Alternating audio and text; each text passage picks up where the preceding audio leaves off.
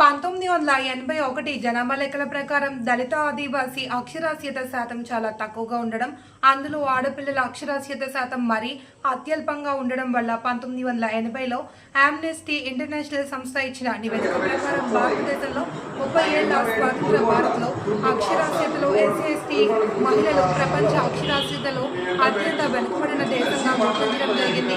ఉమ్మడి ఆంధ్రప్రదేశ్లో విప్లవోద్యమం, రాడికల్ విద్యార్థి ఉద్యమాల్లో దళిత ఆదివాసీ భాగస్వామ్యం ఎక్కువగా ఉండడంతో అప్పటి పాలకులు ఎస్ఆర్ శంకరన్, అర్జున్ రావు వంటి ఐఏఎస్ అధికారులకు సలహాలు, సూచనలు ఇవ్వడం ప్రత్యేక అభివృద్ధి జరగాలంటే విద్య ఒకటేనని ఈ సందర్భంగా తెలిపారు. ప్రస్తుతం జరుగుతున్న ఉద్యమంలో నిరంతర భాగస్వామ్యులై నిరుపేద దళిత విద్యార్థులకు మెరుగైన ఉన్నత విద్యకై ఉద్యమిద్దాం.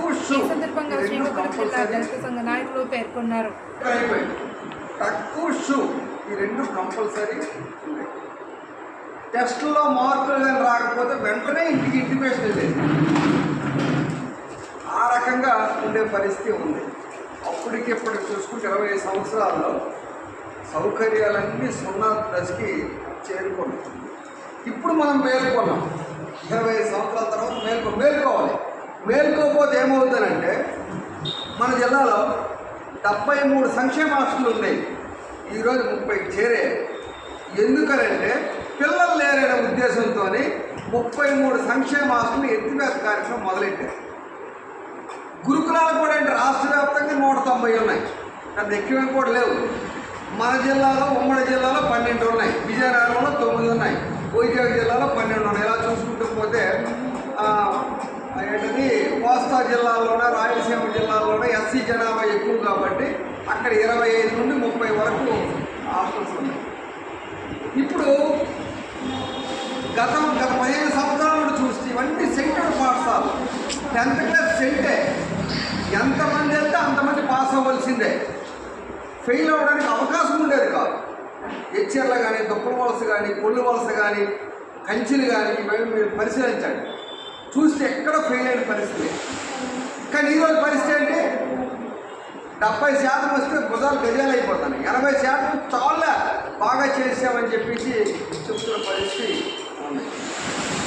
ఇక వైద్యానికి వస్తే అప్పుడు హెల్త్ సూపర్వైజర్స్ లేరు, ఇప్పుడు హెల్త్ సూపర్వైజర్స్ ఉన్నారు.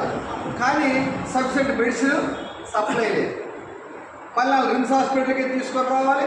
ఆ రిమ్స్ హాస్పిటల్లో ఏ మందు ఇస్తే ఆ మందుకు 10కి 10 లేకపోతే కేజీహెచ్ కావాలి. అంటే వైద్యం కూడా దెబ్బతింది, విద్య దెబ్బతుంది, మౌలిక వసతులు 100కి 100% దెబ్బతింది. అంటే ఏంటి? నందిగామ గురుకుల పాఠశాల కెపాసిటీ 500 మంది విద్యార్థులు. కానీ గత సంవత్సరం జాయిన్ అయిన విద్యార్థుల సంఖ్య 300 మంది.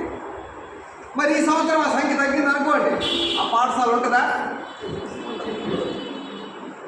తామరాపల్లి గురుకుల పాఠశాల దాని కెపాసిటీ 350, 180 మంది పిల్లలే ఉన్నారు. మరి ఈ సంవత్సరం అది తగ్గితే ఆ గురుకుల పాఠశాల ఒకప్పుడు గురుకుల పాఠశాల సీట్ కావాలంటే దొరికేవి కాదు. ఎమ్మెల్యే, ఎంపీ, మినిస్టర్ ఎంతమంది చెప్పి సీట్ వచ్చేది కాదు. కానీ ఈరోజు ఈజీగా సీట్లు దొరుకుతున్న పరిస్థితి ఉంది. పిల్లలు జాయిన్ అవుతారు. ఇంటర్మీడియట్ వాళ్ళు, 10th క్లాస్ వాళ్ళు జాయిన్ అవుతారు. జాయిన్ అయిన తర్వాత అక్కడికి 10 రోజులు 15 రోజులు చూసిన తర్వాత అక్కడ పరిస్థితులన్నీ అర్థం చేసుకొని మధ్యలోనే అలా పాలిటెక్నిక్ అనో, లేకపోతే ప్రైవేట్ కాలేజ్ అనో, లేకపోతే ఇంకా మెడికల్ సైడ్ పారామెడికల్ కోర్స్ అని చెప్పేసి వెళ్ళిపోతున్న పరిస్థితి ఉంది. ఆ రకంగా కూడా తగ్గిపోయిన పరిస్థితి.